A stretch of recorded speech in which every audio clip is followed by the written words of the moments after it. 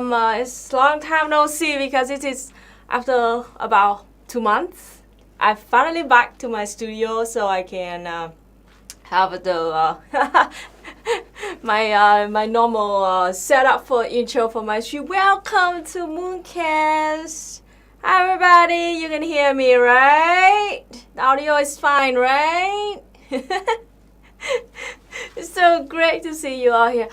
Today we're gonna have an interview with a CPUSA Comrade, and we're gonna talk about an event that just happened a few days ago. And I do not know much about this because news about this event is not on the internet at all whatsoever. I haven't seen any big newspaper cover that up yet, so I'm very excited. And let's introduce our comrade to the chat. It is they are a CPUSA comrade, and they know a lot about that event that happened in Washington. Let's welcome Jack. Hello. Hello. How are you? Yes. Oh, all right. I'm doing well, thank you. Thank you. Thank you so much for being here, and it is so awesome to have a chance to talk to you. Can you please introduce yourself so the audience in the chat can know about who you are? Well, I'm Jake. I go by he or they pronouns, whichever. I've been a member of the Communist Party USA for about near 2 years now, and I am one of the co-chairs up here in the Northwest Ohio club, otherwise known as the Sam Pollock Club. Oh, so awesome, so awesome. So, at the same time, congrats in the chat. If you want to ask Jack any question, please feel free to throw them in the chat so I can ask Jack. Okay, so Jake, I just heard that there was something like a march of poor people in Washington, D.C. Can you tell us more about that? Sure. The Poor People's Campaign is an organization, as they describe, of low wage and poor workers across the country. And it was originally started by, or in part by, Martin Luther King. And they were going to have their first rally and march back in 1968. But because of Dr. King's assassination, it did not do as well as they would have hoped it would. However, around 2018, I believe it was, they had a large resurgence in their organization, which accumulated to, oh, it's great you're there too. That's amazing. But it accumulated to the March on Washington, D.C. This year of 2022. And for this organization, us at the Communist Party USA decided that we would have 500 members attend and support the rally. And we're happy to say that we practically reached that number. Really awesome. Can you tell us more about what are the demands on that campaign? Well, the demands of the campaign are, it's a large combination of largely progressive demands of raising the minimum wage, of course, to match inflation in the future. Yeah. Demands of reasonable and common sense infrastructure projects and job projects for people who are unemployed or currently have low-paying jobs, and a general resurgence in not only union cooperation, but also of the progressive tendencies that you'll see in religious institutions here in the States. As, of course, many people living here know, for the past century, very reactionary and right-wing politics have been, up in front in our religious communities. Wow. So talking about that, can you tell us a little bit more about, what's been going on in Washington, D.C.?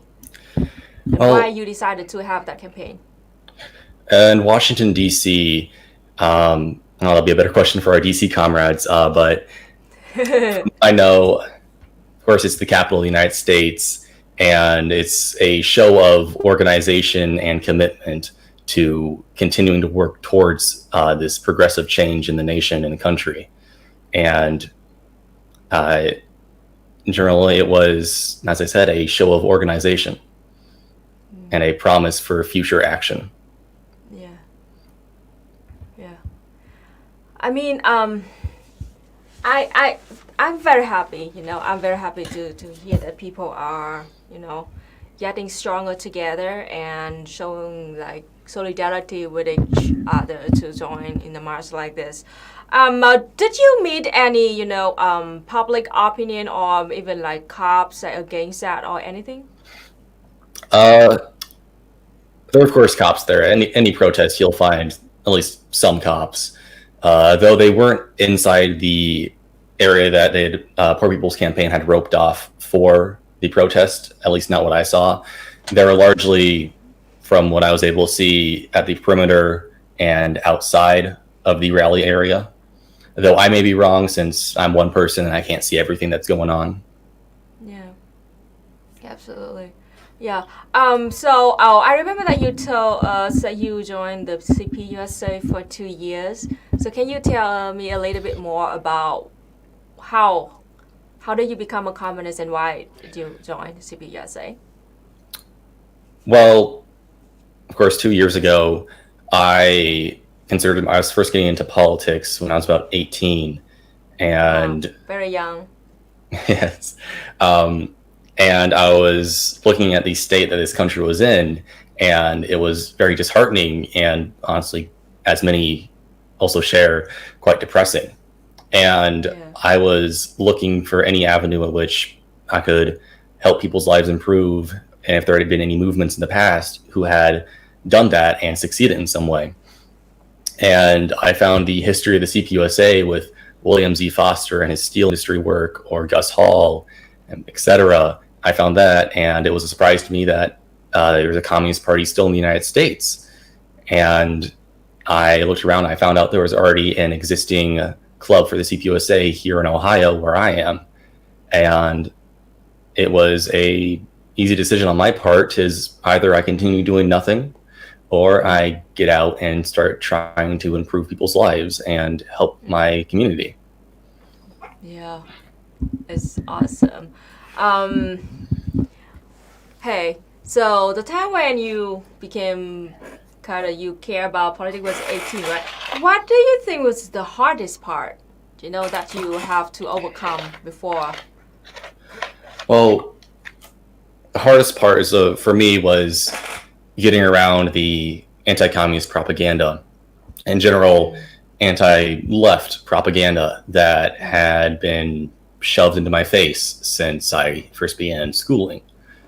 And for me, the biggest hurdle was actually unlearning and relearning history, so I can discard the 100 million dead, and I can actually address that these past socialist experiments and current socialist nations are honestly improving people's lives beyond anything I could have imagined at the time, because it was a completely different system that I was learning about anew. That's really awesome to hear. Yeah. Well, I very, highly appreciated people who, overcome the heavy blob of indoctrination. I usually call it like a heavy thick war of indoctrination to get out of it and, to become a leftist, especially a communist and a Marxist Leninist. About the CPUSA, I want to ask a little bit about now they have the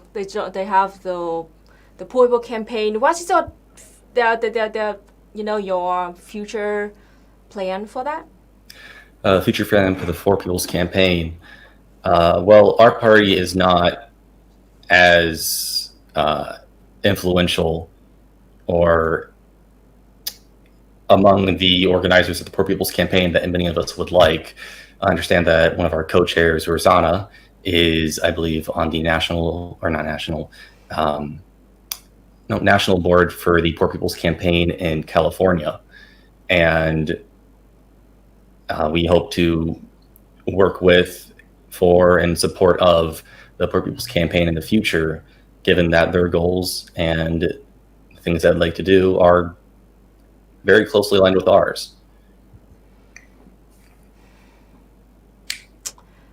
Well, I hope I do. I have a lot of connections with many CPUSA members in many chapters in the USA, and I do wish that like more and more people will.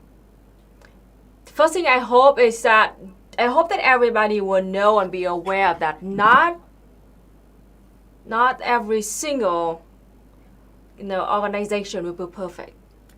Mm-hmm. There's going to be some problem, and that is just a normal thing that you must accept. Like Absolutely. Even the Communist Party of Vietnam is full of corrupted members. Are you kidding me? So of course we are all humans and we will make mistakes, and there's not any perfect organization. The thing that I want people to do is that instead of not joining an organization because to you they're not perfect in doing this or doing that or at that time, and what I want you to do is that you should go out there and maybe if you can join an organization that can help and focus on what you want to do with that organization, and if you see any problem, just help them. Because we the communists, we believe in self-criticism, and criticism means that we always have to help our comrades to change mm-hmm. and to fix their problem. So I mean, it is very idealist for people, especially in the West, to say like, oh, I'm not gonna join that because they're not good at this. Like, if you don't do anything, you're not gonna help anybody. And it is the thing. It is the thing that I see that the one of the biggest problem, because when I introduce an organization to somebody, they just say like, oh, they're not good in this or in that. Like, dude, I know nobody's perfect, but you just join if you can. And if you don't like that organization, just join a different organization. The point is to get together and do something, if you can. What do you think about that? I went through a brief period of that very idealistic view of organization as well. Learning about the Soviet Union, Vietnam, Cuba, all these past and current revolutionary socialist countries, I struggled often to properly educate myself on the problems, the strife, and the struggles that they went through with their organizations and government. So I would see only the positive and good things that they had done, and yeah. I was unable to see the mistakes or the places where they tripped up that they had to correct. And actually understanding the past mistakes, faults, and all of that from past movements and nations very much helped me take a more realistic and grounded view on what organizing is. Because an organization has to stay vigilant and make sure that the organization, the party, country does not become lenient and lax in their watch for corruption or betrayal or revisionism, any of that. Yeah, exactly. By the way, if you have any questions for me, just feel free to ask. Okay, this is just a very informal interview that we just the two comrades just talk together. Hey, I just I've also been Vietnam, been paying a lot of attention on the U.S., especially because of your the number of mass shooting and also the new abortion law. Yeah, can you talk a little bit more about that, because it is a shock to Vietnamese. Yes. See, I am. I won't say a veteran or a long time. I am a fairly new clinic escort for our only abortion clinic here in the, I'd say, Toledo area, which is in Northwest Ohio. And of course, after the Roe versus Wade decision by the Supreme Court, our state legislative, our state government in Ohio had locked and loaded I believe it was 6-week abortion ban ready to go. Yeah. And of course, 6 weeks, most people don't know they're pregnant at 6 weeks. Exactly. Yes. And it's been extremely disheartening the amount of people that we've had to turn away because they had their appointment scheduled. They drove all the way here only to find out that, we have to turn you back because we're going to be shut down. I'm a volunteer. The clinic will be shut down if they don't turn them back.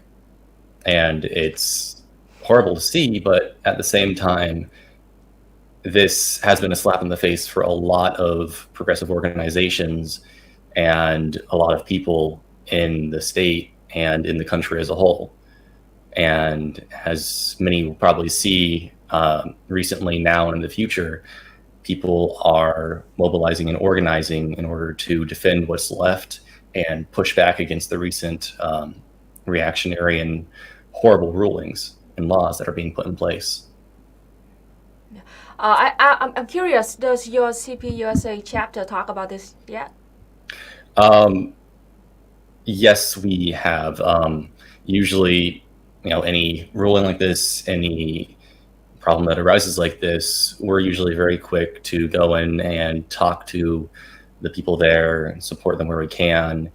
In the past, there have been sanitation workers on strike, and we made sure to get out there within a day or two of them going on strike. And just like that, now we're making sure that we're paying extra attention to, abortion rights here in our area. And like with me, I'm making sure that I'm staying as a clinic escort so I can help with people who are still able to get their abortion. Yeah. It sucks. I'm trying to understand this. I could be wrong, but I'm trying to. We Vietnamese, especially Vietnamese communists, we're talking about this a lot. And there's news on Facebook and newspapers talking about people in the USA are protesting against it, and we're trying so hard to understand because in Vietnam, abortion was legalized in 1989.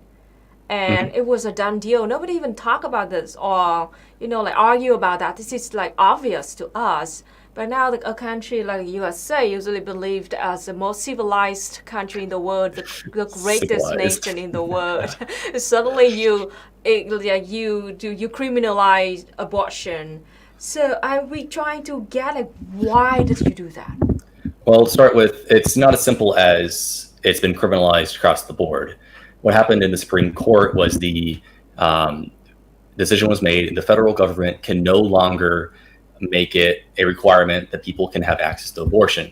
It's been left up to the states, as many would say, the states' rights, which most of us have heard that argument before.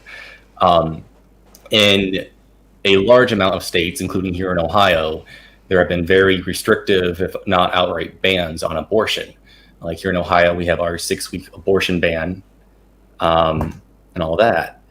But for the reason why this is happening, I'd like to point at the initial leaked draft and now the final draft for the decision, which, among other things, lists domestic supply of infants, which was a shock to me when I first read that.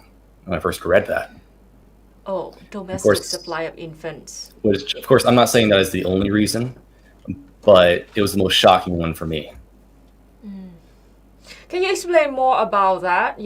What does that exactly mean, the domestic supply of infants? If I'm remembering the decision correctly, it talked about declining birth rates among the American population, which, as most people understand recently, is usually a dog whistle for the white supremacy great replacement theory. Yes, it is a thing that we've been. Yeah, so I think that our Vietnamese comrade kind of right about this, because we do talk about, we try to explain why the USA does this, and one of the most common argument was that because your birth rate is getting lower and lower, and instead of, I've been saying about this a lot, instead of looking deep into society to see why the birth rate is getting lower and lower, they immediately blame it on abortion and they make it illegal. It is really bullshit because to us, the reason why the citizens in the USA stop wanting to have kids anymore is because of the working conditions. And I check, you do not have maternity leave. In most places, we do not. I may be mistaken, but I personally cannot think of a state that has mandatory abortion leave or maternity leave. Abortion leave, I'm sorry, maternity leave. Maternity. There are some companies that do have that as a listed benefit for employees. But of course, with companies, that's extremely inconsistent, and most do not offer that at all.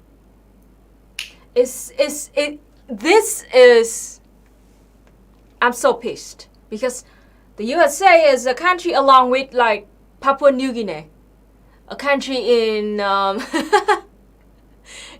near Australia that doesn't offer, maternity leave. And also at the same time, I talked to many other comrades over there, and they said like they might lose their job if they have a baby. Mm-hmm. It's just I can't understand this. I cannot, because in Vietnam we have at least 6 months maternity leave, and once a worker found out that they're pregnant, the company cannot fire them at all during that time. They cannot. If they fire that worker, they will be sued and they will be punished like terribly. Mm-hmm. And then we have salary for that 6 months leave. We also have one-time allowance. Also, the father also had the paternity leave, and if the mother died during giving birth, the father will receive all the allowance, the salary, and the leave from the mother to take care of the kids. So at least this is the thing that this developing country, Vietnam, can do for our workers. Mm-hmm. And you do not have that in the greatest country on earth. Of course, your people don't want to have kids anymore. Mm-hmm. Well, I like to use my own mother as an example. When she was pregnant with me, before she was pregnant with me, she worked at a pesticides company that produced, of course, pesticides, all the different weed killers and all that. She worked in a management position there. And when she got pregnant, she was not able to keep her job. And ever since that, she has spent near 2 decades now outside of the workforce. And she has just recently, in the last few years, been trying to get back into the workforce, since our family needs money, of course, as anyone does in this country. But, she's qualified. She has the qualifications. She has the work history to go back in these management positions. But because she's had an almost 2-decade gap in her employment, she's not accepted at any of them. So instead, she takes a warehouse job, and she is, not to like say anything crude about her, but she is nearing 50, and it is doing horrible things to her body that she is should be unable to keep this up for many more years. But until she can find another job that's easier on her body, she has to keep working in our local warehouse. It's just so sad, because I don't know what to say. Me as a person that can carry a baby, I personally deeply sad, mad at this, because a bunch of people that do not even know me, that I exist, they are passing a law that they can control my womb. It just it's what about sexual assault? If that person is too young to carry a baby, what are they gonna do? And of course they're too young, so they don't even know that they're pregnant. So what are you gonna do in that situation? Well, in many states there has not been an exception made for things such as rape, sexual assault, incest. It's extremely unfortunate, to put it mildly. And I am doing my best not to start yelling and be very very pissed about this, to put it bluntly. I understand you. I totally get you. I'm trying so hard to not. But This is my true feeling. It's just so frustrating, you know. but like it's unfortunate, but I believe it's unfortunate, but at the same time, abortions will continue to be received and given. I'll bet they will not be ones that are done in a safe environment. This ban on abortion, or this allowing states to do it on their own, whether or not they ban it, will result in no decrease or little to no decrease in abortion. And instead, we'll see an increased injury and death rate from botched improvised abortions. The people who need abortions, like if giving birth would kill them, or if they're be unable to support their child with their income, or if their child is from a unfortunate rape, people will continue getting abortions. And all we'll see is more incidents like the abortion 7, I believe it was called. It was 7 people who would give abortions back in the days before abortion was legal, and these 7 people gave relatively safe abortions, but they were arrested and imprisoned for many years because of it. We're going to be seeing a lot more incidents like that, where clinic professionals will continue doing what they do, even if it's no longer inside the law, and they and their patients will be punished for it, whether or not that abortion would save that person's life. Exactly.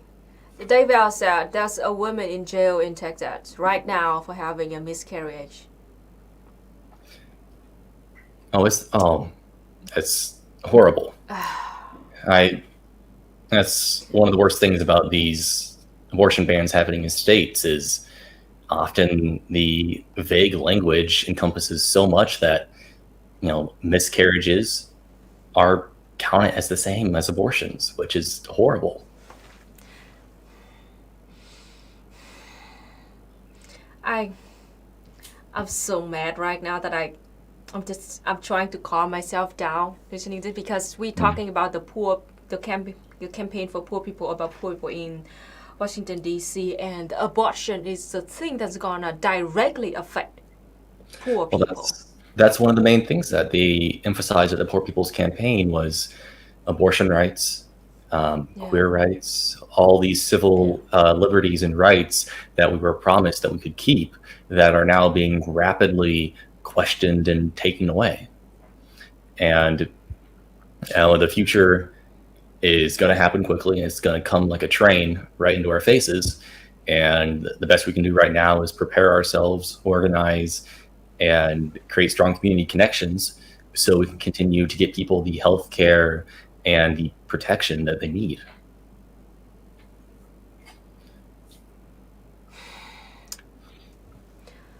The whole poverty, houselessness, also, no health care. Poverty, no health care, and houselessness. Also, the 3 more reasons why the birth rate in the USA is declining and declining. And instead of looking into it, to try to fix the real issues here, they just look at the phenomena, which is one of them is abortion. And they blame that because, of course, banning abortion is way easier than forcing capitalist companies to give parental leave to the workers and then to work on the houses problem, Mm-hmm. Of course. Well, if I may, these problems continue to exist in our 2-party system because on the Republican side, on the very right-wing reactionary side, they are leveraging and using extremely bigoted worldviews from the right sections of religion, from fascists, from uber nationalists, whatever you want to call them, in order to mobilize them against a perceived enemy, which is always queer people, it's abortions, it's minorities, it's migrants, whatever.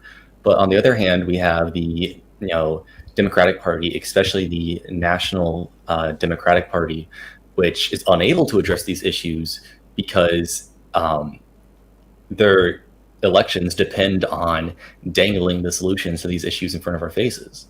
For example, Nancy Pelosi, just a few days after the SCOTUS decision on abortion, sent out a email asking for donations for her next campaign, using abortions as an incentive.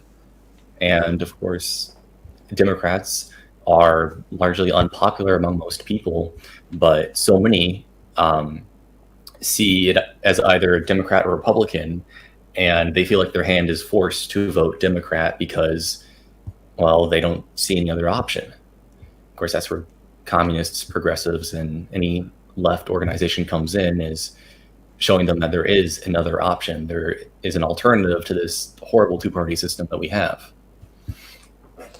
So to compare that to Vietnam, this is a brief summary of how healthcare and abortion in Vietnam works. Even though it's legal in Vietnam, the abortion, but it doesn't mean that we encourage our citizens to do that. Absolutely not.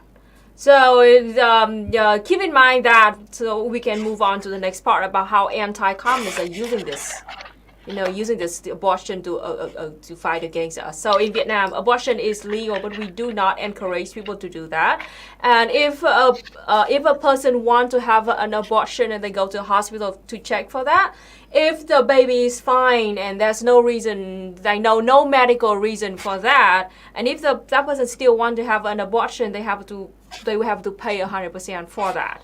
But if the doctors say that like the baby has like disease or something, or it's going to be so very dangerous for the baby or for the mother, then our health insurance will pay for that up to 80%. Okay, so 80% of that abortion fee will be paid by the government and paid by the national insurance of Vietnam, and that is another. I will talk later more about this too. We have a system of national insurance that every single citizen can access to that. The price is $35 a year. $35 a year. Yes. And if we buy it in with our family members, the second person, the third person, the fourth person, we have a 50% discount. So I'm having one national insurance, and I bought it with my mom. And my mom paid $35, but I only had to pay like 20 something, 18 something like that, a half of that. It is extremely cheap, and totally. And poor people have that totally for free. Poor and veterans and something. I understood that in most socialist countries that healthcare is either extremely subsidized or free, but hearing $35 is a year, that to so many people in this country would seem utopian to suggest. Yeah. You're right. I have an uncle who has mental issue because of Agent Orange, and just because of that, he has national health care for free. Disabled people in Vietnam have national health care for free too. It's amazing. And every month he just go to the hospital and take medicine back home for free. Sometimes he even just is like, I don't know, doesn't want to go to the hospital to take the medicine, but the medicine is always free for him. This is how it works in Vietnam. It's just simple as that. We do have some form of government health care here as well, Medicare, but its use and its application is extremely limited compared to any other national coverage you'll find anywhere else in the world. And to speak of our disabled populations and our disabled people, many benefits that people with disabilities can use are often limited by how much money they have. So, for example, someone who is on disability benefits may not be able to have more than $5,000 in their bank account. And if they exceed that amount, they may lose their benefits. And I just see that as an extremely cruel way to make sure that they stay in poverty. Because it's, Yeah. What other use And could if they that get have? married, they can lose their disability allowance too. Like what? I believe that is true, though I'm not as well educated on the disability benefits that we have on this country as some others may be. I do have a member in the chat. Their name is Jason, and they said they are disabled. And yes, they said in their case they will lose their disability allowance if they get married. So they and their partner are like struggling a lot. It's not eugenics. To me, it's eugenics when you stop disabled people from having kids. Oh, they stop disabled from having kids, from having a family and having kids, and now they ban abortion. I just don't get it. Part of this abortion decision, the thought process and the logic they used also called into question many other rights. Of course, as some may know, it called into question the right to gay marriage, the right to the legalization of sodomy, which of course would be sex by any other means than reproductive sex. It called into question interracial marriage. It called into question the right not to have involuntary surgery done on you, which of course would include eugenics operations that would sterilize people. And thankfully, though, many people I have talked to in the recent protests and mobilizations understand these things. They have either read the document themselves or they have talked to people who have. And almost everyone I have talked to has a very grounded understanding of the implications and future consequences of this. We have some questions for you, Jack. Oh, was it? Here's a question for you. Does CPUSA have a chapter in Georgia? We have at least a few chapters in every single state. I believe we do have a presence in Georgia. Let me look this up quickly. Let's see. Yes, we do have clubs in Georgia. I believe we have clubs in every single state. I don't know much about their activities or how active they are, but it always helps to have, some club in your area that you can work with. Yeah. And if there is no club in your area, look for other communist parties that may already be established there to work with them. And if there's none other, then you could reach out to national or state party officials and start your own club. Yeah, hey, Dolores. I am a member. Oh, that's great to see. Also, see, I hope that Dolores and Rajas can somehow connect to each other. See, when I don't know something, there's always someone else who knows it better than me. This is a question maybe for me, but I would love to answer this. Do you think Vietnam will be multi-party one day? Here's the thing. I think that in the society where we totally defeat capitalism and fascism, I think we will have a multiple party. But for now, in this situation, that the material conditions in Vietnam are totally different from the material conditions in the USA.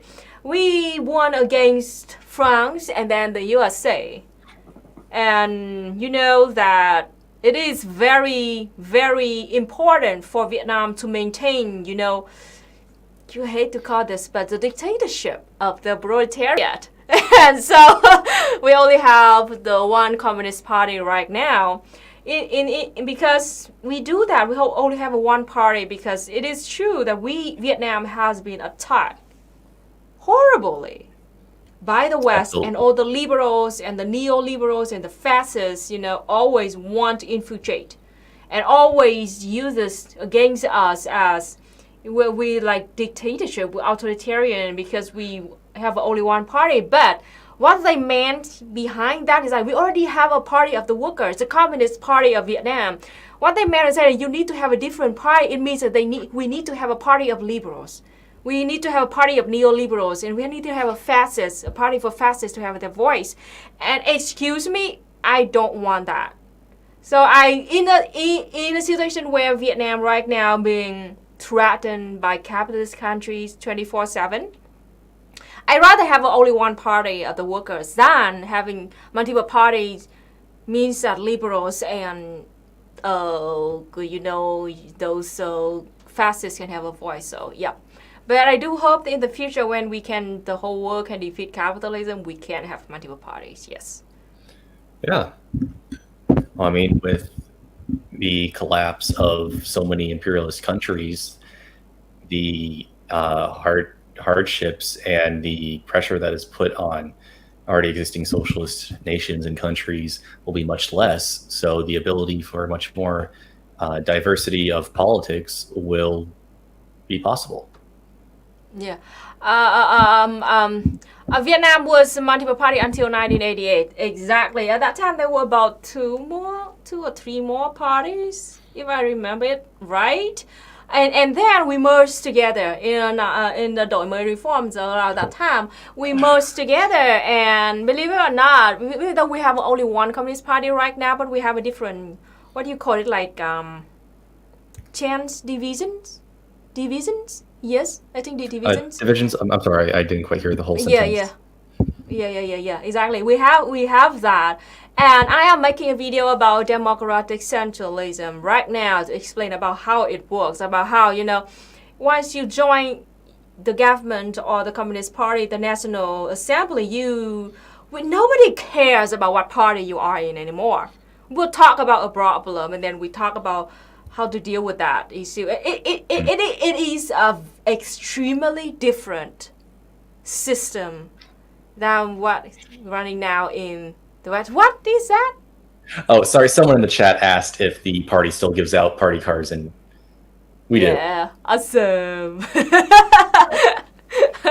Run back all that. Gotta cover my name since I don't use my full name.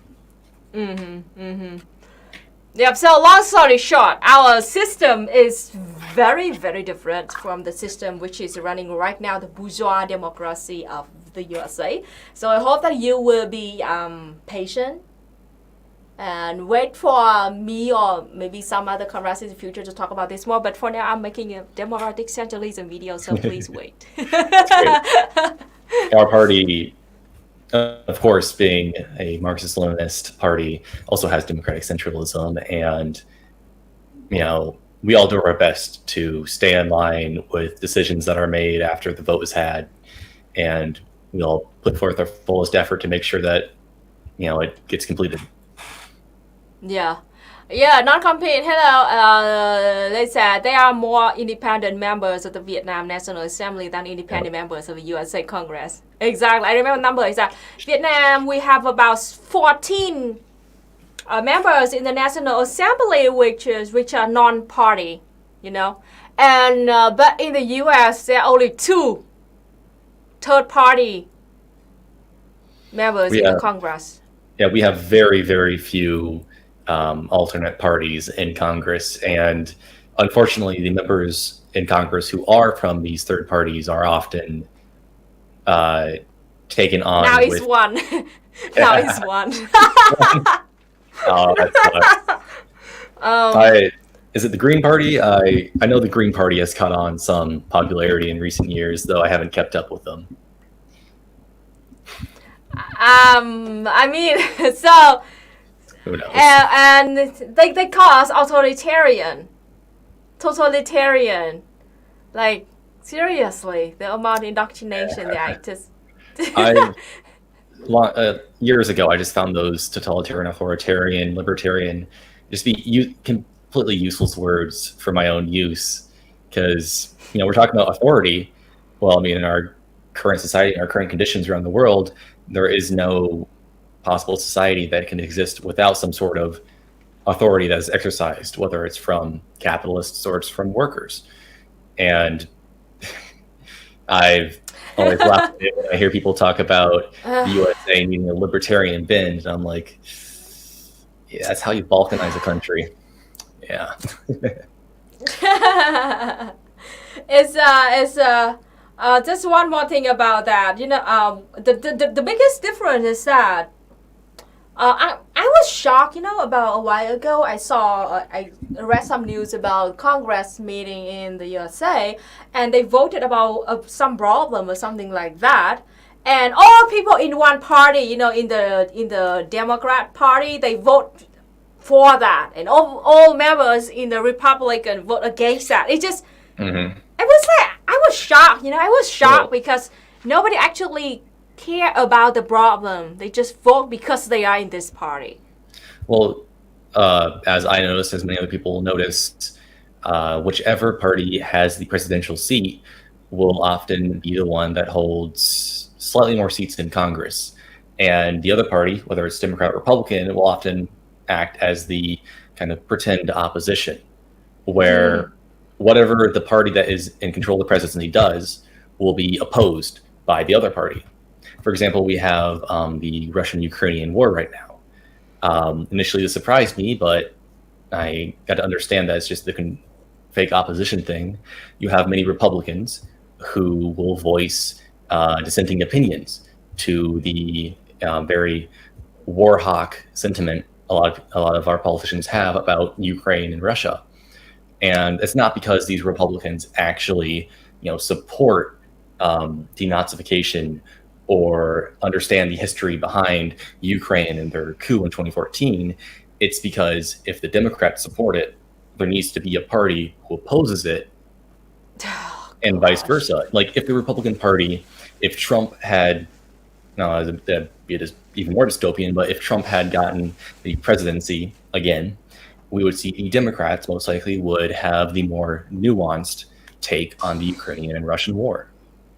It's, flip-flop, one party always exactly. the action of the other. It's just two wings of a business party. It's just two wings of one same capitalist party. Yeah. I'm sorry, EJ said that I was so young and naive about USA party politics. God damn it. I don't make myself the authority on Vietnamese politics or Chinese politics. I lived in the States my entire life, so I have no experience with politics in Vietnam. So I wouldn't really expect people to have 100% nuanced and correct understanding of our politics either. The thing is that my whole life, the only thing that I am familiar with is the Vietnamese politics. This is how it works. Once we got voted into the National Assembly, one important problem is that you don't need to be a party member to run for elections in Vietnam. You do not. Okay? So that is why we have 14 members who are not in any party. Okay? And once we chose, when we got about 500 people in the National Assembly, that is it. And if we talk about a problem, we just talk about the problem. We really do not give a shit about who's in the party or who's not. It's as simple as that. It's as simple as that. It's actually a similar way that our party operates as well. The CPUSA is, as long as you are some sort of progressive tendency and you adhere to democratic centralism and you follow the party constitution, whether or not you consider yourself the same type of communist or some other thing like an anarchist or whatever, as long as you're doing good work and you are advancing the interests of the working people in your community, hell yeah, come on in, join the party. I know one or two people who call themselves anarchists of some sort, and they are either in the party doing work or they're frequently, in contact with the party. Yeah. I mean, what kind of, you're communist or socialist, you're anarchist or Marxist-Leninist, the point is to get organized together to make some change in real life. We want to get things done. That is why I've been trying so hard to stay away from, online politics, like online leftists We just sit on the chair all days and talk and dunk on each other. I find if you want to have the most ignorant and uninformed idea of what the CPUSA or any other communist or progressive organization is about, then stay on Twitter, stay on Facebook, stay on Instagram. But if you want to learn what we actually do, how we do it, and what else we'd like to get done, talk to us in person, come to organized events and get involved. I'm on Twitter and I make sure I do not get involved in any sort of hot takes or political arguments. Yes. I would like to say, like that old quote from Lenin, why should we reply to Kotsky? Because it would just go back and back. Nothing would be done. Nothing constructive would be made. So it's useless and empty. I'm not going to do it. Kotsky and Bakunin. Well, yes. Well. Yeah.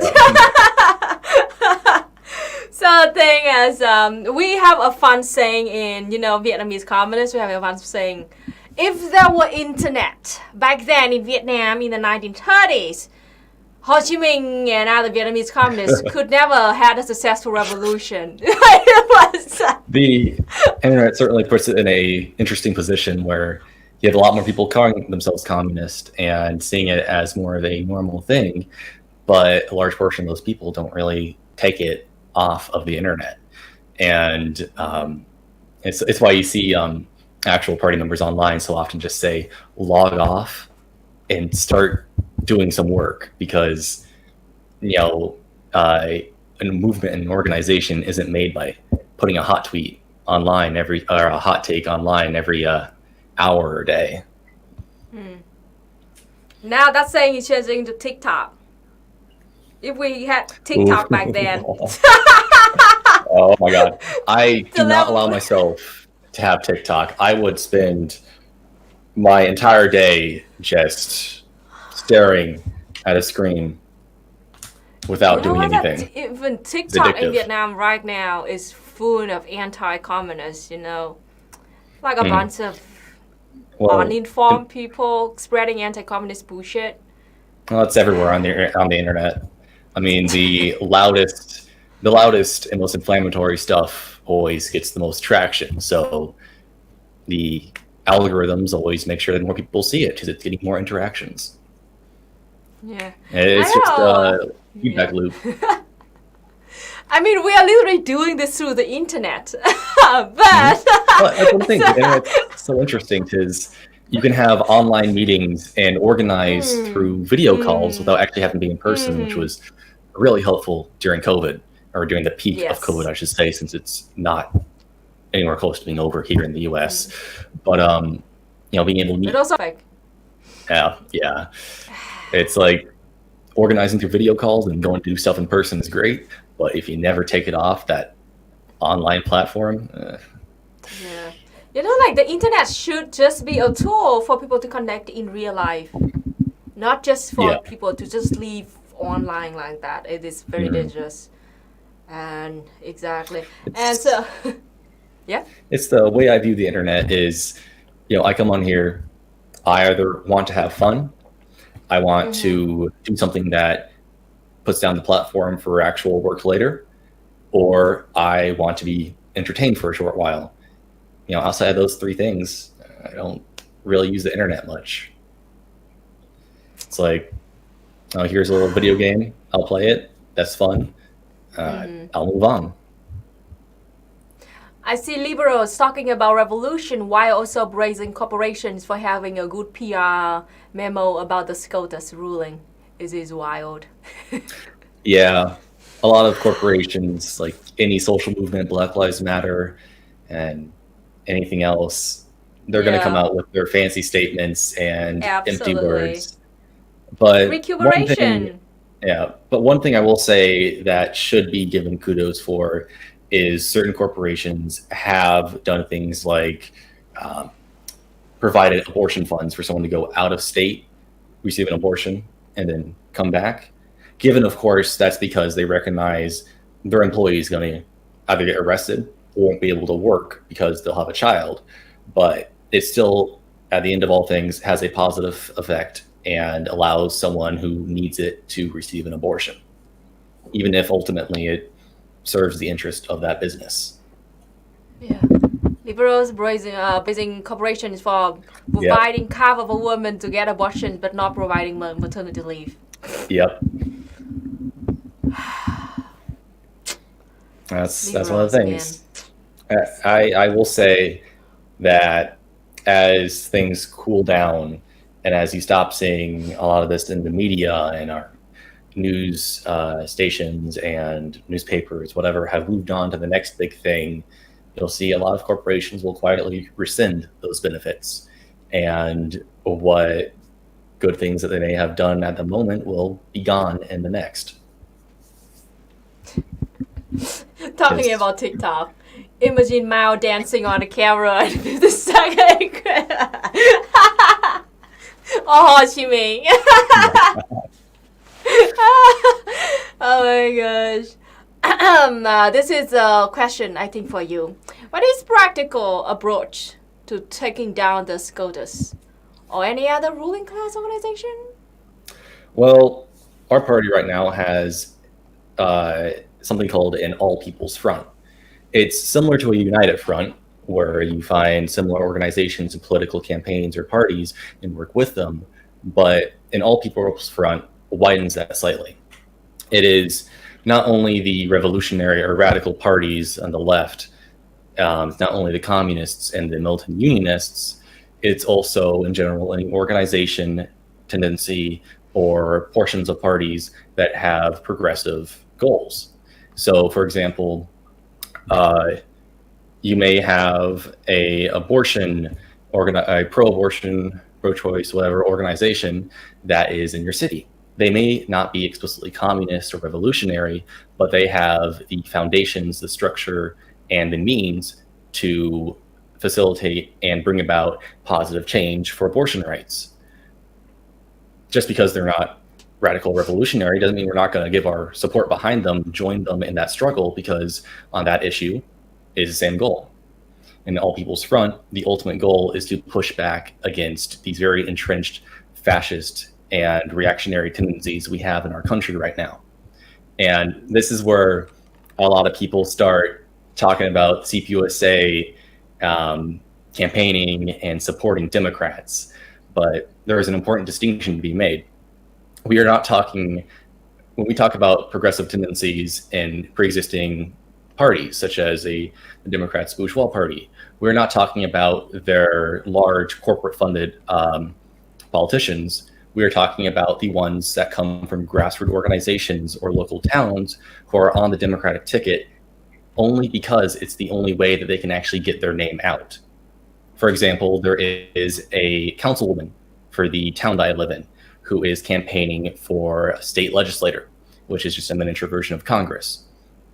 And she is the woman who has talked to me excitedly about how actually Jesus was the original socialist, and everything about socialism is something I want to get behind. She calls herself an egalitarian.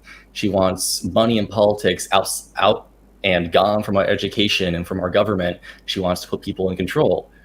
But she's running under a Democratic ticket because our two-party system doesn't really allow third-party candidates to get much traction.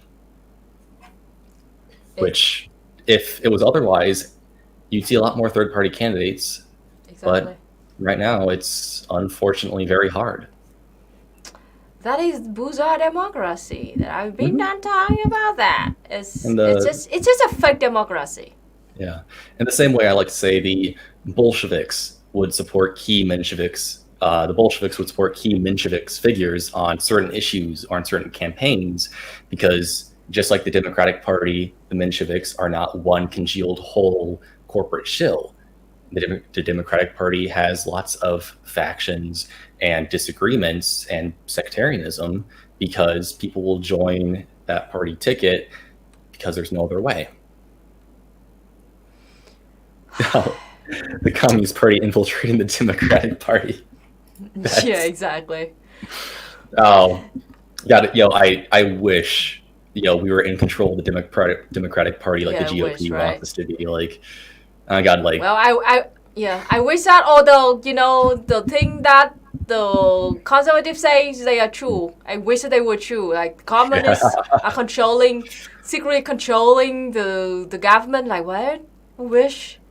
Oh, if the reactionaries were right and like Bill Gates or George Soros or any of these billionaires were secretly class traders and working in favor of the communists, like God, that would make things a lot easier. But you're not. Sounds like Bernie. God, he got destroyed by the DNC.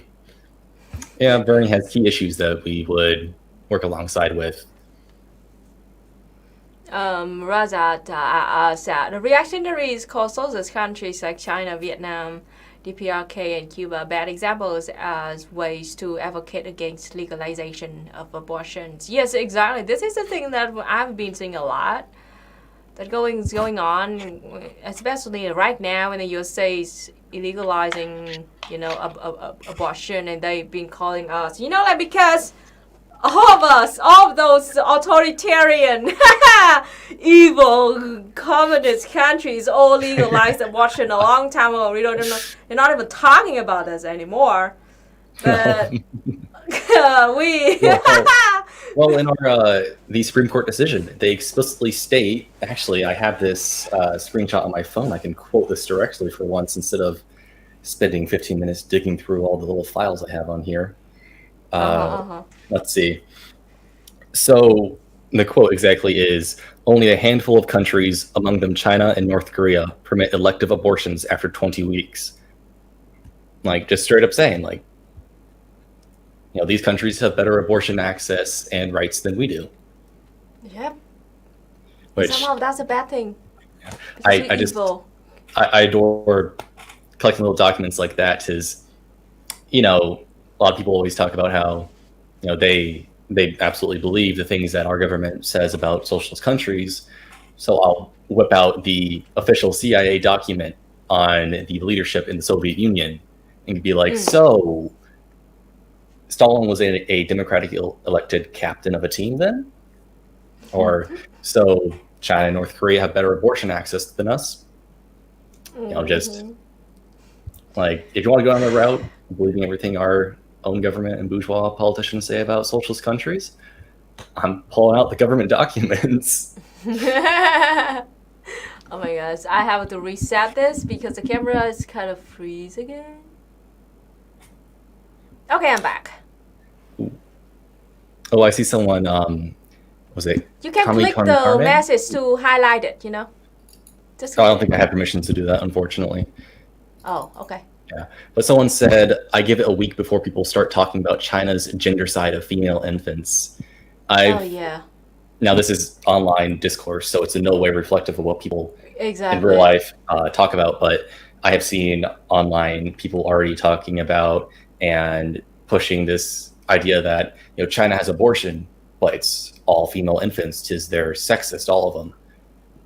But just knowing that China does have legislation which makes it illegal to have an abortion based on gender, which is like... Yep, it is a thing in Vietnam too. There are only two abortions only illegal in Vietnam in two cases. First case is if the baby is too old already, and it's gonna be very dangerous for the life of the mother and the baby, so your woman cannot have that. Well, the second case is that do the abortion based on the baby's gender, and we avoid that because the reason why, just in case you don't know about that, the reason why we do that a lot in Vietnam and China too is because of neo-Confucianism and patriarchy. They believe only in our culture for hundreds of years. It is a kind of a rule that only boys and men can carry the family name. Okay, so they vary. Lots of people there, they only care about if they have baby boys or not. So that, and especially in China and Vietnam too, we encourage people to a family to have 2 kids only. Do not have too many because we cannot take care of them well. We care about the poverty thing too. And because we only can have one or two kids, so that is why people tend to have boys than girls. And that is why lots of people have abortion based on that gender, and that is why we ban that.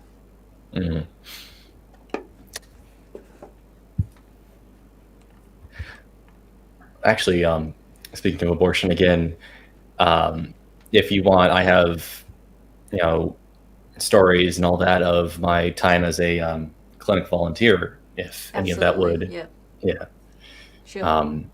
Well, you always hear people talk about, or that I shouldn't say talk about, but the stereotype around anti-abortion protesters, or we just call them antis, is you have the stereotype of the anti who is like the polite old church lady who politely begs the patient, like, I will adopt your baby.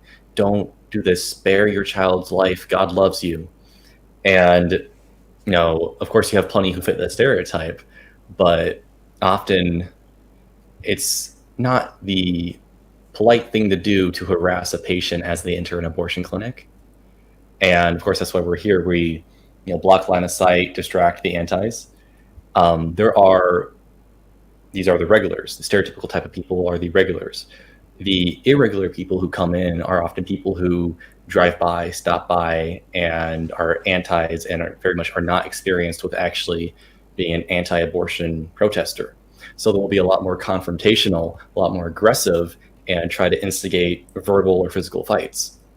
Just today, I was with one other fellow in our abortion volunteer group, and we had a older man drive by, park his van in the parking lot across the street, and he walked onto clinic property and made quite a big fuss about being told to get off because volunteers and escorts, or volunteers and patients, are the only ones supposed to be on the property. He spent the next 10 minutes taking his foot and putting it on and off the parking pavement, going like, I'm on it, I'm off it, I'm on it, I'm off it. But like, this man was like 50 years old and he was acting like a child.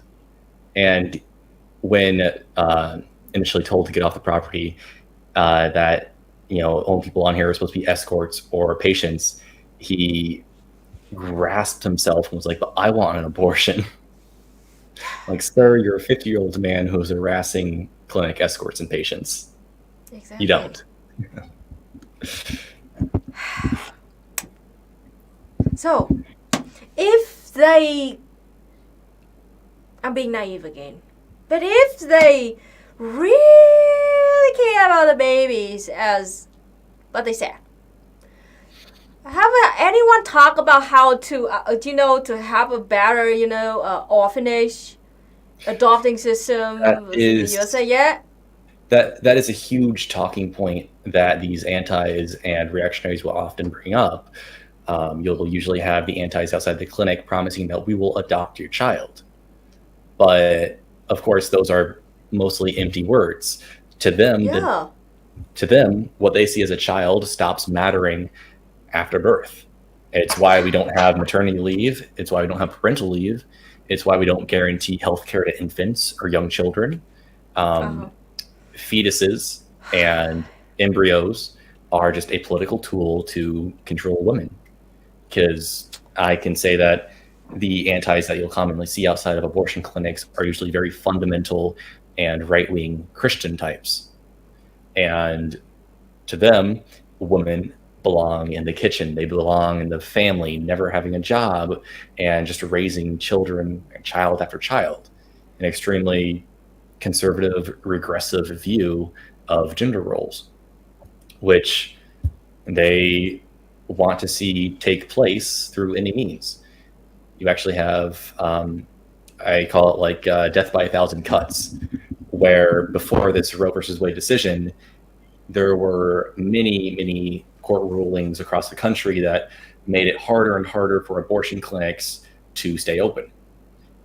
So, for example, the clinic I volunteer with, they used to be required that they had a certain amount of approvals and recommendations or whatever from hospitals. Once they got those approval from the certain amount of hospitals, the law was changed to say that they cannot be state-owned or public hospitals. They have to be privately owned healthcare institutions, which the privately owned healthcare institutions are much more likely to be the conservative Christian type, which oppose abortion. So it became a lot harder to get approval, especially since you have to keep that, you have to keep that approval from hospitals within the area that you're operating, and you can't reach out like across state borders. So it becomes extremely hard. Thankfully, the abortion clinic that I volunteer with has been able to stay open and will continue to be open for the foreseeable future. Yeah, I do wish that the best will be in. Thinking about too, because homeless people, houseless people. Mm-hmm. I just want to ask, because I don't know how much is tools to help you with that thing, like condoms or pills, anything. How much is that in USA? Is that affordable? There are many places where you can find condoms and contraceptives for free or for very subsidized from many sexual education and pro-sex organizations. But the actual commercial price of contraceptives varies based on the product and across area. For example, in Toledo, you'll have a much more well-off area I should say, like very bougie area will have much more easy access to things like contraceptives, the pills that prevent pregnancies, abortion pills, all of that. But once you get into the much more impoverished and destitute areas where poverty has a stranglehold on the people, you will find that not only is there a absolute desert and lack of these contraceptives, but the ones that are there are in so high demand that they are usually much more expensive than you would find other places. Yeah. Speaking of that, of contraceptives, once again, the court document and many state legislation has language vague enough that contraceptives are also being considered a means of abortion. For example, you can take, I forget the name of it. There are, of course, pills that a woman or someone who can give birth will take that prevents the insemination of the, egg. And though that medical, that medicine is in some places, yes, Plan B, as Chat mentioned. Oh my gosh. Is in some states now considered to be a part of abortion, because you're preemptively preventing the fetus from forming, which is a disgusting reasoning in my own views. In that case, condoms would also count as a contraceptive that would lead to abortion. I'm terribly in shock right now, because this is the first time I heard about that. I'm not gonna have sex in the USA. I'm not. Just consider if I somehow bring some condoms and pills to the USA, and I can be sent to jail because of that. Oh, like Blazewood says, yes, condoms in a lot of municipal and a lot of government buildings are free for the taking. In our in our women's center, as we call it, the abortion clinic, we have like 4 or 5 jars of just condoms on the table, then in the waiting room table, which I see them. I thought they were like decorative little confetti canisters. No, they're a bunch of condoms. I can imagine now an ICE group going after people trying to get abortion, and will be funded to the max instead of community programs. Yeah. Yeah. Sounds like it. Sounds like what America would do. It wouldn't be shocking for me to hear if some states began to, have police forces do exactly that, especially in large cities where the police force gets hundreds of millions of funding. With millions of people living on the street like right now in the USA. Oh, that light's flickering. It's... Are you really... The government is really telling homeless people to have a baby. Well, are you talking about like houseless in a house, people having children? Or Yeah. well, in many cases, if a court decides that a mother, parent, whatever, is unable to take care of their child properly, they will have the child taken from them and put into foster care. Foster system, which is even yes. worse. Yes, here in the States, it is extremely underfunded and quite dire organization. But you'll find that a lot of people who are in the most impoverished portions of our country, or even worse, are just on the streets without a house, without a home. If they cannot get that abortion, they're going to have to carry this child through the pregnancy, and then they're going to have the child removed from them because they'd be deemed as being unfit to raise that child. I like to use, of course, the Native American populations went through this for centuries and continue to do in some cases, but also communities in the Appalachian Mountains. Like the absolute poorest counties and areas in the nation is in Appalachia. And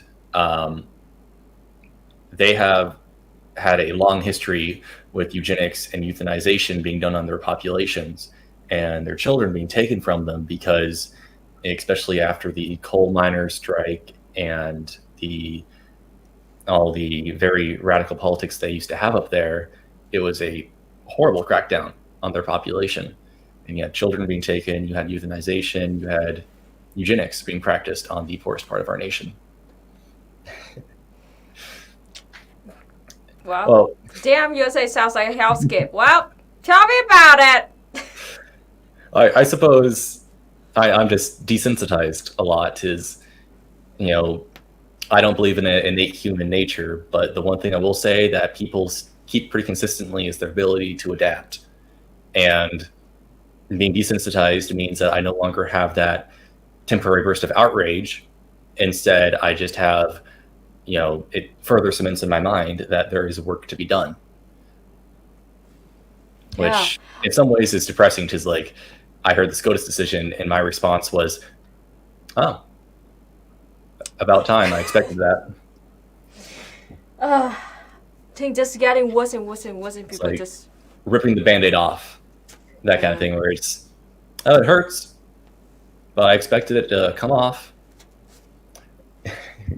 Gotta move on and keep organizing. This is what I expect to happen in the USA in the future, in near future, after this. First, black market. All kind of pills and condoms will be in the black market. Very expensive. Second, abortion, because it's illegal, so lots of people would do it secretly, and lots of people would die because of that too. Whoa. The sound. I reason I can't do that. Oh, I'm sorry, I didn't realize that I picked up on the microphone. Wow. Good bones. I wish. Bones, yeah. I mean, and filled with microplastics. But I thought about this too. Lots of people will take, sterilized surgery soon too, just in case. Legalizing abortion is just putting a Band-Aid into an open wound. It just makes things worse. It just doesn't stop bleeding. Things just gonna be worse and worse and worse. Right now, I honestly believe that even if abortion was re-legalized and it was changed to be mandated by the federal government again, it'll be, like you said, be putting a Band-Aid on a bullet wound. The bullet's still in there. The problem of the reactionary, fascist, and extreme right Christians and other groups that are causing these issues needs to be dealt with at the same time that we are dealing with abortion rights. Because I believe it was Huey Newton who said it, that you can't start healing until the knife's all the way out. To paraphrase what he said. If I said the wrong person for that quote, I'm gonna be so embarrassed. Don't worry, the people in the chat will correct you. Names I have a strong belief that like our chat knows everything. The collective hive mind of Twitch Exactly. and YouTube chat. What are you talking about? Are you thinking that we are bored? This is the thing. Based on our thousands of years of understanding of Eastern medicine, even I personally know a bunch of vegetables that can give you kind of something like an abortion. And I think that the government knows this, but it's just a common knowledge that this vegetable might cause that. So the Vietnamese government just legalize it and try to offer, good abortion, facilities to people. And also at the same time, we also have a campaign to, like discourage people from having an abortion. And also we have a campaign to protect, children from, like to educate them about that and try to protect them too. So it means that we legalize abortion, but it doesn't mean we encourage people to do that.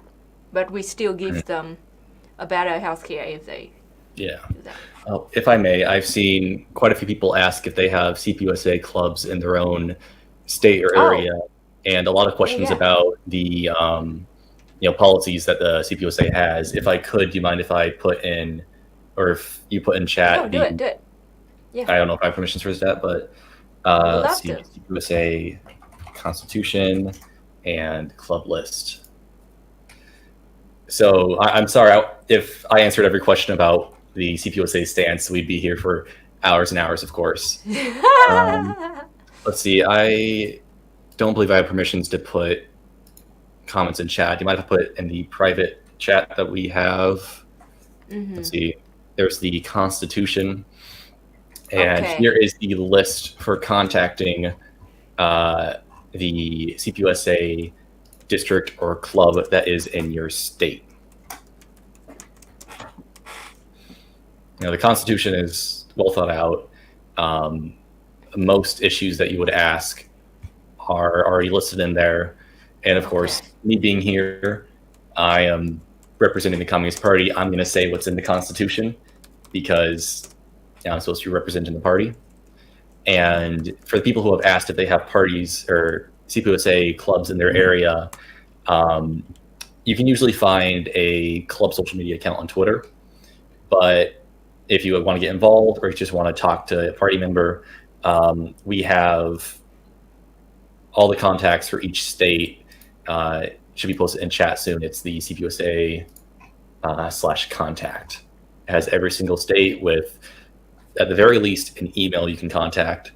For larger states that have larger club presence, they'll have multiple contacts for any area that you may be in. Get into contact if you want to know more and you want to talk to other party members other than me. Because, of course, other party members are going to say things slightly differently. They're going to have different opinions and different stances on things. And they'll probably be more open about that as well, since they're not going to be talking on a public live stream. Okay, let's see. Jack, how do we smash the ruling class? Things are getting bad here. And I don't want to go into exact detail on the strategies and organizations because that would take too long. But once again, I mentioned previously, right now we are in this nation not quite in a position to have a communist revolution. We are in dire circumstances with the very concrete and entrenched tendencies of fascism.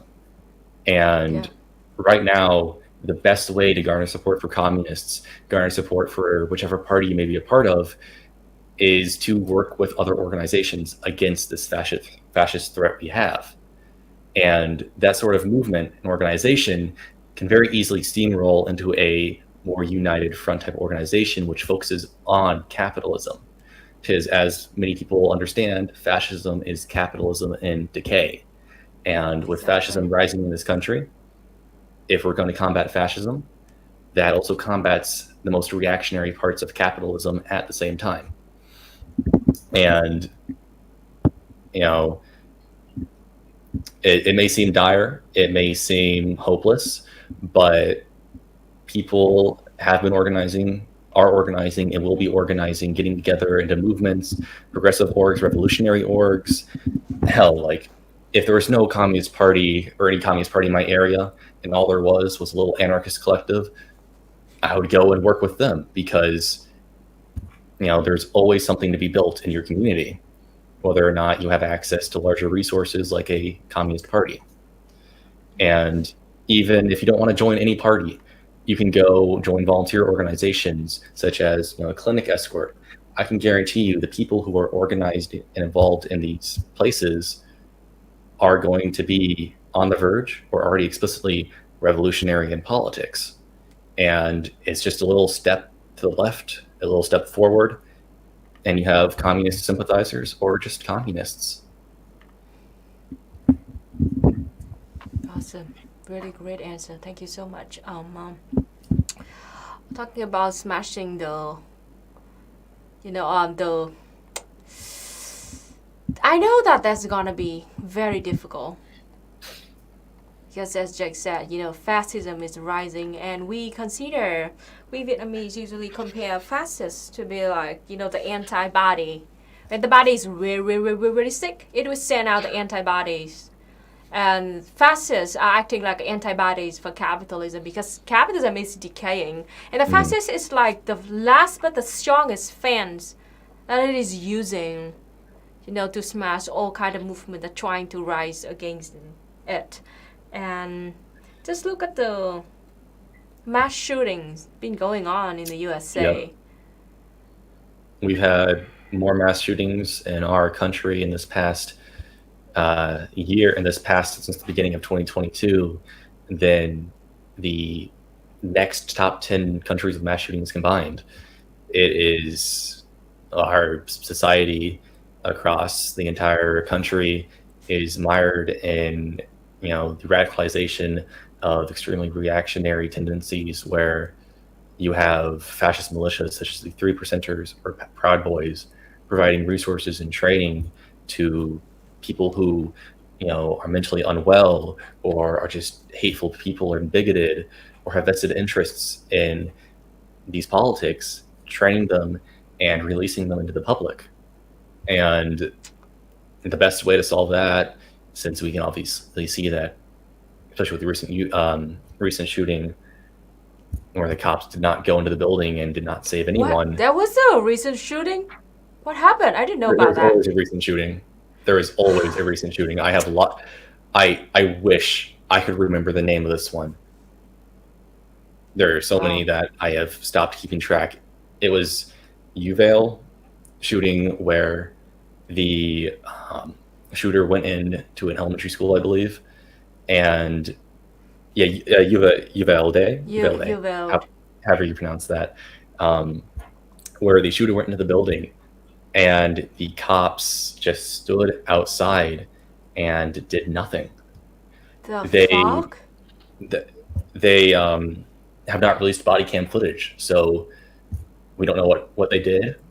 And children died, teachers died, and the people who went in and saved their children, the parents, the cops tried to stop them.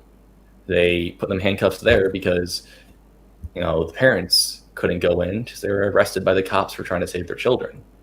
But to make it even more, just putting salt in the wound, the cop that did go in to save a life went in to save their own child and no one else. Which it's understandable that you want to save your own child, but you are supposed to be a member of the law enforcement that is supposed to theoretically and ideally go and prevent these sorts of things from happening.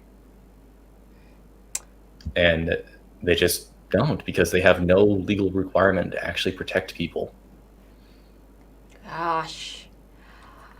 We just got raided. We just got raided by Brazilian Comrade. Awesome. Welcome, everybody. Welcome to the interview. I am Luna, and this is Jake, and this is a member of CP USA, and we are talking about the the Poor People campaign in Washington, D.C., and also talking about the abortion law in the USA right now.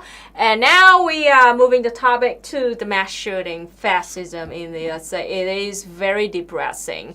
And yep, one mass shooting just happened again in the USA as usual. This is just so sad. And now, so let me, give it a brief summary. So, the abortion is illegal. Meanwhile, the foster system sucks. And orphanages are being full of people. Houselessness are getting more and more bigger problem. Poverty too, and at the same time, children are being shot in public place. Yep, that's the gist of it. That is the current conditions of the United States. A person asked, first, Anatafi, Jack, I like you. You are a wonderful cast, by the way. Thank so you. Sweet. It's good to hear. How better is Vietnamese quality of life than in the USA? Oh boy, I really don't want to brag about this because it just really, the situation in the USA, it's like the bar is extremely low. I gotta tell you that. Vietnam is just like a sane country. It's just a normal country that every country should be like us at least. It's just we don't have a mass shooting here. Abortion is legal. And we have extremely cheap national health insurance. Food security very strong. Inflation rate is like, I don't know, 4% maybe. It's just what a normal country should be like. Comparing it to the US is just too low the bar. It's what a country that actually is held responsible to its people and working people looks like. You know, I do see a couple questions I'd like to answer though. Someone asked if abortion is criminalized in every state. It's not as simple and widespread as that. What happened is the Supreme Court ruling has made it so it's up to each individual state to decide on whether or not abortion is legal. In the same way, it used to be up to each and every state whether or not gay marriage was legal. And what we're seeing is a huge amount of states are making it either incredibly hard with like 6-week bans on abortion or outright banning it. And there's someone else who is asking, what does Jake, a CPUSA comrade, feel about land back, UNDRIP, and the doctrine of discovery? I'm not familiar with the doctrine of discovery or UNDRIP, but I can say our party does have a set stance on land back. It does not explicitly say land back in our Constitution, but what our stance is that the official treaties that have been signed between the U.S. and the Native populations should both be recognized and managed by the Native populations, and that these treaties should be expanded and invigorated to a point where it is no longer the colonial subjugation of these people. And that basically expanding the national reach of the Native tribes that remain in this country. Yeah. Okay, thank you so much for that answer, Jake. Hexkala said it's a state right issue now. Yep. To me, that the state have the highest power to decide. Mm-hmm.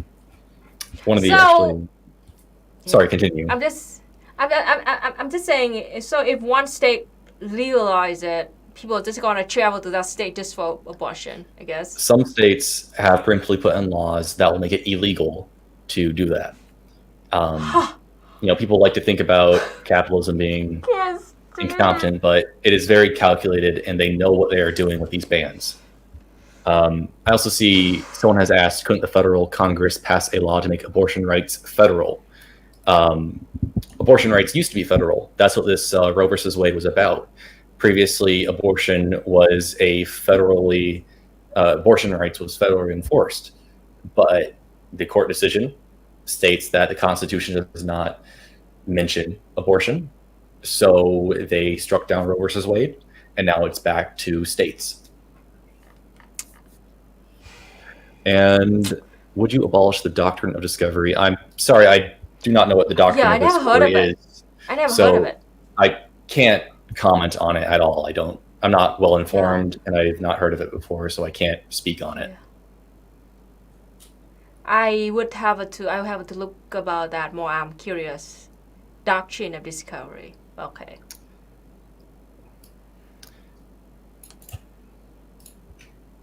Oh, somebody asked me, hey Luna, have I ever worn contact lenses? I did once when I was about 22 years old during a big photo shoot, I think.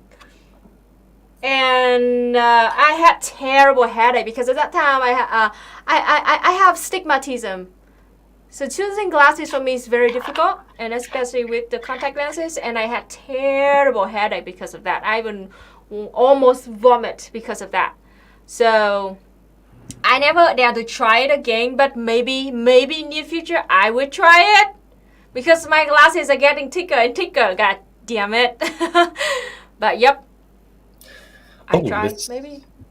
So this is an interesting question. Are there resources the CPUSA has that can be used to deprogram and de-brainwash?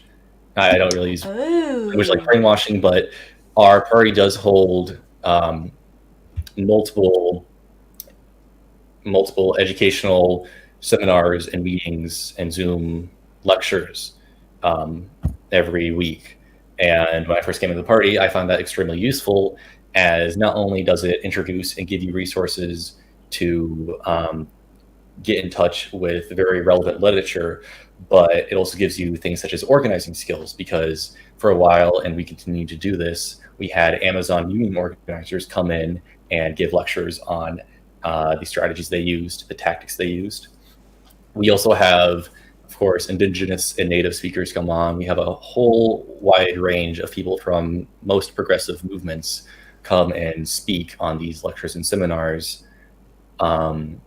If you take a look, if you go to cpusa.org, we usually have links to articles and meetings such as this, or such as what I have mentioned. I'd say that our party website, of course, the party website is a great resource for getting into contact with our literature, our lecture videos, our Zoom meetings, and all of that. Deprogram is very important because I've been saying that a lot. People are comrades in the Imperial Corps. On one hand, they have to build class consciousness. On the other hand, they have to do at the same time break through the thick wall of indoctrination that they've been fed their whole life. So it is very important to, to try to get people to break through that and to get into the truth about communism. Yeah, to educate people. Someone has asked, is CPUSA supporting any specific abortion services related charities? Nationally, we don't have one specific organization, but locally we do. I suggest if you'd like to go support an organization or such, go and look at your local clinic's website or social media page. They usually have abortion-related funds links where you can go and donate, or they have links to places where you can actually get physically involved and do work with them. For example, here in Toledo, we have the Agnes Reynolds Jackson Fund, which is of course, a charity organization that mainly assists and funds abortion-related abortion-related patients here in the Ohio area that I'm in. And it generally varies by local area. So there's no one big organization that we know of, or that I know of, that we support.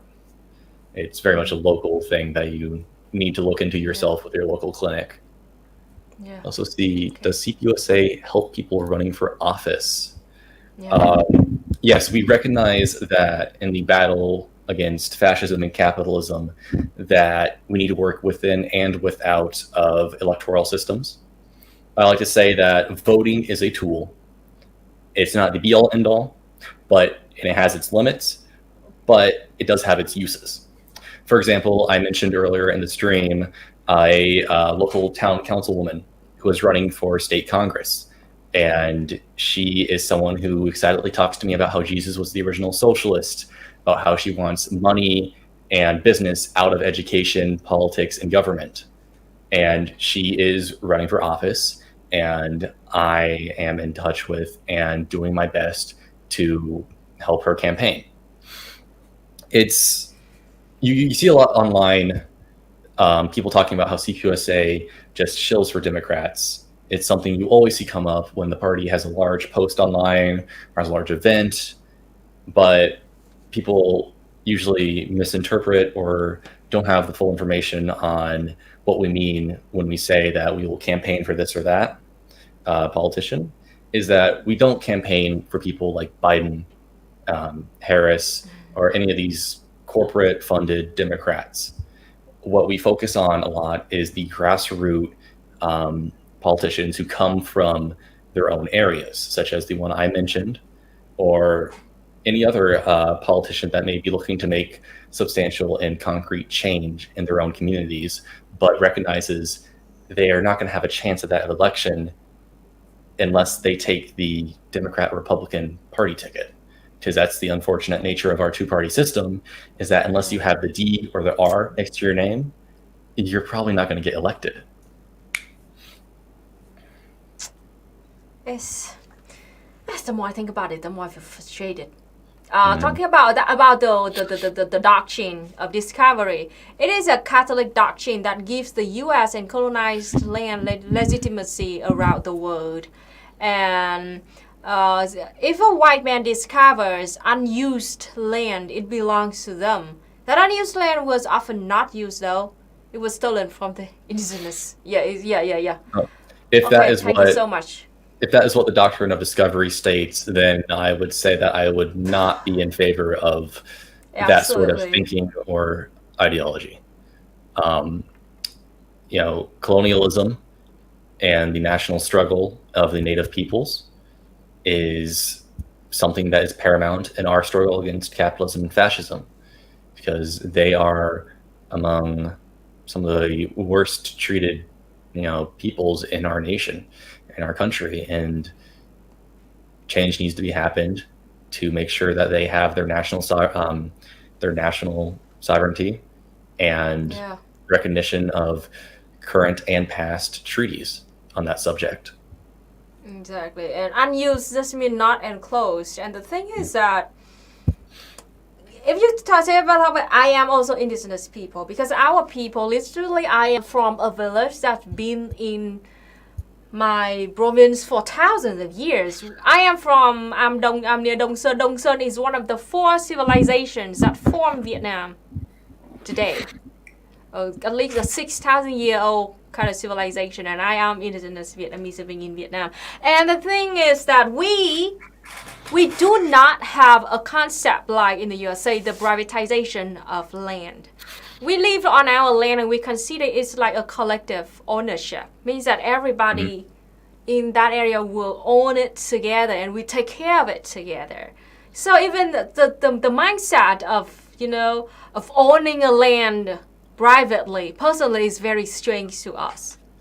The Vietnam today, in the modern Vietnam today, in our constitution, we say that all the land in Vietnam are collectively owned by the people of Vietnam. And individual like me, what I can get is the license that show that I can use this piece of land, and that was it. I don't own it. It means that I just use this piece of land. And for agricultural land, I have the expiration date for it. And after that, I can just claim to the local government so I can work on it more. On the land that I can build a house, I can use that. There's no expiration date. It's the very difficult, very different system than what's been going on in the USA right now. Here in the US, you'll find a lot of people who aren't well educated or at all familiar with Vietnam, China, or any other socialist country, is to them, there is no distinction between publicly managed and cooperatively owned land, such as what you described, and the state owning the land. Because of course, our education system is not what it should be. Even I grew up thinking that, something like a library was not a public space, but rather it was the state-owned place. And one of the hardest things to recognize for many people I've talked to is that distinction between, the state owning something, being top down, and local people owning that, and it being from the bottom up. I mean, another thing too is that corporations, companies in Vietnam, businesses in Vietnam cannot own any land, especially farmland. And And that also farmland thing, we've got the farmland. the problem with huge investment firms and corporations owning a lot of farmland here. A lot of farmers. Is Bill Gates still the person that owns the most farmland in the USA? He owns a significant amount of farmland, specifically in Washington State, which is up to the northwest in the continental U.S. But usually the largest farmland owning entities are usually investment firms. So it's hard to really pin down like which exact person owns so much, because rather it's a board of directors or corporate office that does. Like, for example, here in Ohio, I can't say almost all, but a lot of the farmland here is owned and managed by one large investment firm or corporation or another. And the people who work that land do not own that land. And often they're in severe debt because they still have to pay for their farm equipment, for the repairs of that farm equipment for their homes. So it's similar in the way that a serf would work their land, because the serf works the Lord's land and pays the due with crops. It's a similar system, I would say, here in the U.S. for farmland. So here's the thing: a lot of people are talking about land back. Lots of people have been, those. I call them the empaths or the white supremacists. They've been saying like land back is the ethno state kind of thing. It is just it's just so bullshit, because let's look at Vietnam. We did land back in 1954. We won. French colonialists occupied Vietnam and conquered and colonized Vietnam for over hundreds of years, for generations of them. And when we won against them in 1954, we took our land back and we distributed land equally to every single citizens. Because believe it or not, we are not just all Vietnamese. We have 54 different ethnic minorities in Vietnam with different languages and different cultures. And we also have a lot of immigrants here too. After doing the land bank, we gave every single one of them a piece, an equal piece of land that they can build a house on and they can work on it. That is why 90% of Vietnamese people to this day own our own homes. One of the highest rate in the world. And also at the same time, every single citizen of Vietnam, if they were born in rural area like me, we were distributed a piece of rice farm. In my area, it is a 500 square meter, and it will not make me rich, absolutely not. But I'm not gonna be hungry because I have that piece of farm. I do remember. I've watched a few videos of yours and EJ's. Oh, really? I do remember there was the video where you talked a lot about that 500 meter, plot of farmland. That was actually one of the things that I found like most impressive about Vietnam. Just that distribution of farmland for people. It's amazing. Yeah, so it's the thing is that like if those people, they say that like land back means ethno state, they do not understand that if you join and support the land back, they gonna benefit from that too. I like to use the example of Palestine and Israel because Palestinian resistance if they were to meet their goals and they were to have the entirety of Palestine back in their control and all that, Exactly. they would not kick out or systemically wipe out the formal like Israeli settlers or occupants. That's not only is that not practical, but it's nowhere in They their won't do intentions. that. Yeah. In the same way, I have talked to native peoples, and although they definitely hold differing opinions on certain issues, I am just saying what I have learned from the native peoples I have talked to. Um, they want, of course, their national sovereignty. They want to be recognized, and they are not at all interested or even thinking about kicking off Yeah. the ancestors of settlers. If anything, the native peoples I have talked to are more interested in working with the rest of the United States to build a better world for everyone. Exactly. That is exactly what we just want. Mhm. I mean, we welcome whoever who want to stay. Like even when we just fought against French colonialists, we even we call for support from them, and we welcome anybody who want to stay and live and fight with us. And Ho Chi Minh even named the people who decided to stay the new Vietnamese. And they only left because of the war with the USA after that, and we want them to be safe. That's why they left. But we welcome anybody who want to join us and share this, the It's like I like to fruits of say, socialism. one of the things I'd like to see in our Constitution changed is explicitly stating land back, because in our Constitution, in effect of what we have in that is land back. We want to put the native peoples back in control of their land. We want them to be able to govern their own land. They want them to be their own nations, since they are their own people. And what a lot of confusion comes from is a lot of people don't see explicitly stated land back, and to them often that's enough to say that it doesn't state that. But in effect, in practice, it does. It's why, yep. Your universal healthcare land back. Yeah. It's you don't want a crystal fascist overlord land back. I got to tie this back into the Poor People's Campaign up there.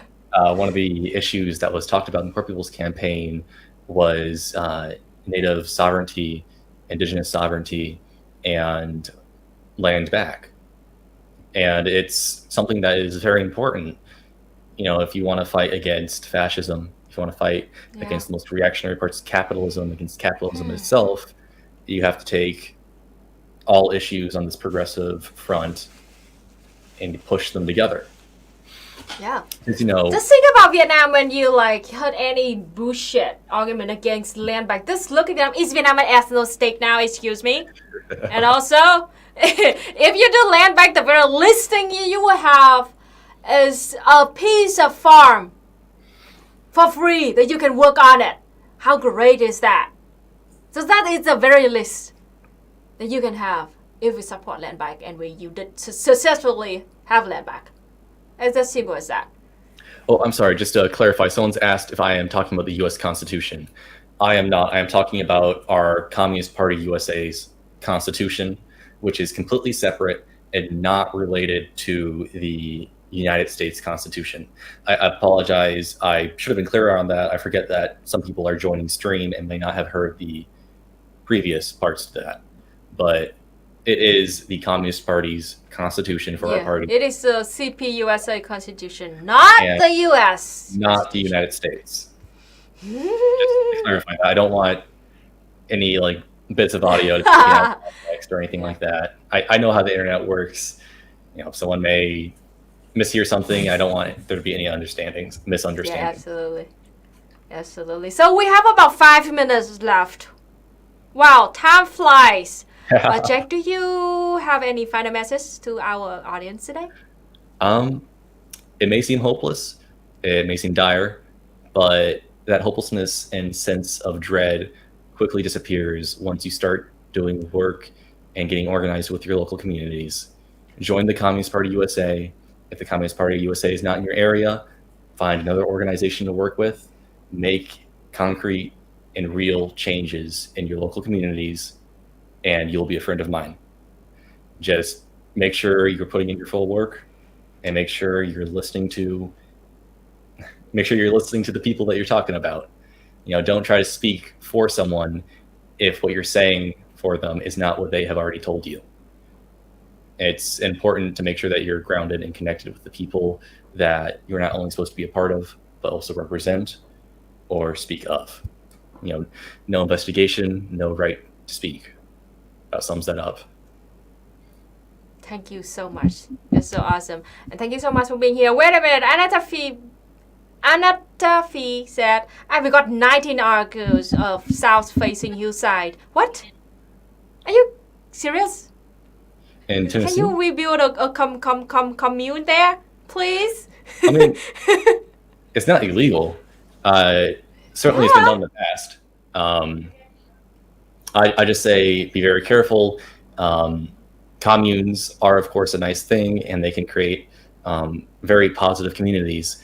But remember that the change that we're trying to make also has to happen outside of that commune, and that you can form that commune, you can encourage it, get people to join. Just make sure that the work you're doing doesn't stay in the commune. Make sure that the work you're doing is outside, inside, everywhere. Yeah.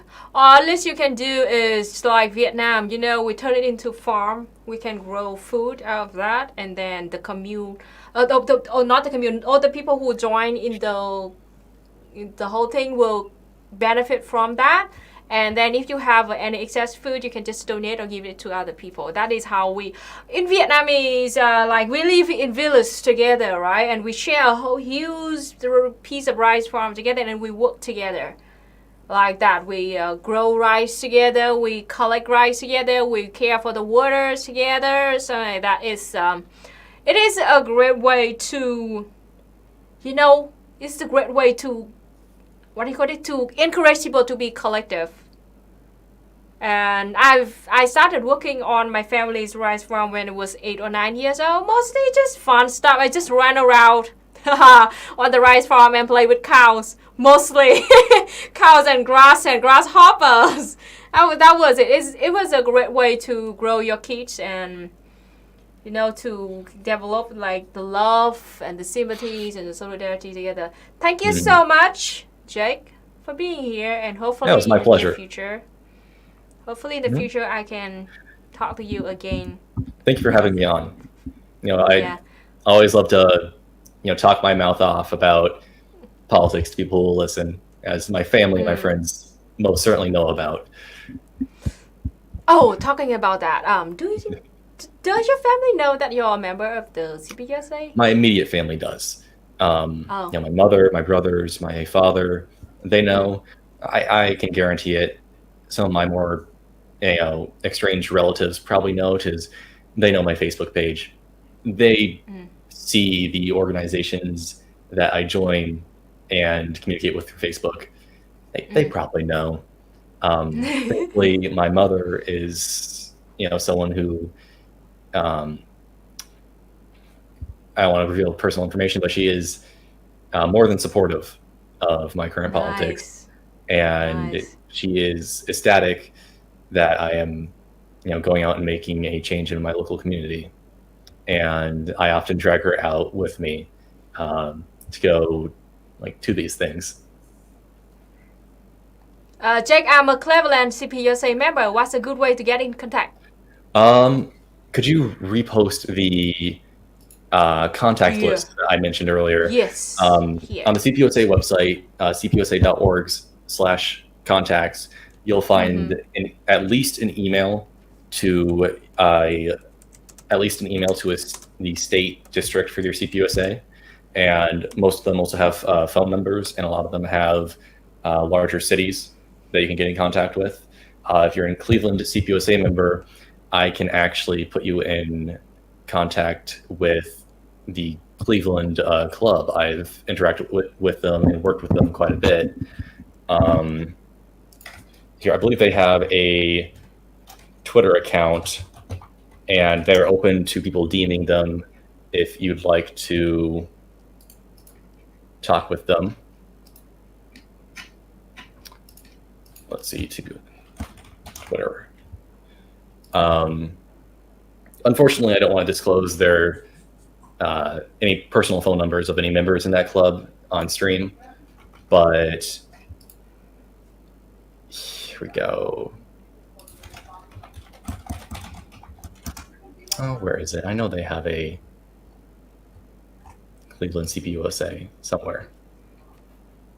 I done said Cleveland hasn't reached out to me at all. Crying face. Yeah. Oh, that's unfortunate. We've had a lot of that, unfortunately. We had a large amount of people join recently, and yes, our state district officers have been a bit overwhelmed. I'm just a normal person on the internet. I can't even check all my emails. Yeah. Yet. I have like 1,000 unread email in my email. Totally understandable. I don't know why I'm having such trouble finding their Twitter account. Let's see. So about my family a little bit, and while we're waiting for Jake. Here my we go. Dad is a hardcore communist. He went to the USSR, studied for a few years. My older brother, the only one brother I have, is also a communist. My mom is apolitical, but she's also left-leaning. Apolitical is because she just doesn't want to talk about politics much, but she just listen to us, like me, my dad, and my brother argue together, talk together, and she just listen and mostly agree with that. And so that was it. My family members, are there any anti-communist members in my family? I don't know. I never heard of that. Yeah. So luckily my family is pretty communist. I'm sorry. Unfortunately, I cannot find their Twitter account. But if you look they don't have Twitter. Oh, okay. If you go to the cpusa.org/contacts, you can send an email or a phone call to the state district officer or a chairperson, and they should be able to get you in contact with the local Cleveland club. Unfortunately, as I said, a recent surge in applications and membership, and especially during the pandemic, has overwhelmed a lot of our district officers. I know my co-chair has been going back and forth contacting people who have been joining, because there's fortunately there is a lot. Yeah. Okay. Thank you so much for being here, and as I said, hopefully I can bring you back in the future so we can talk more about the update about the USA. And bye bye everybody in the chat. See you next time. Love you all. Goodbye.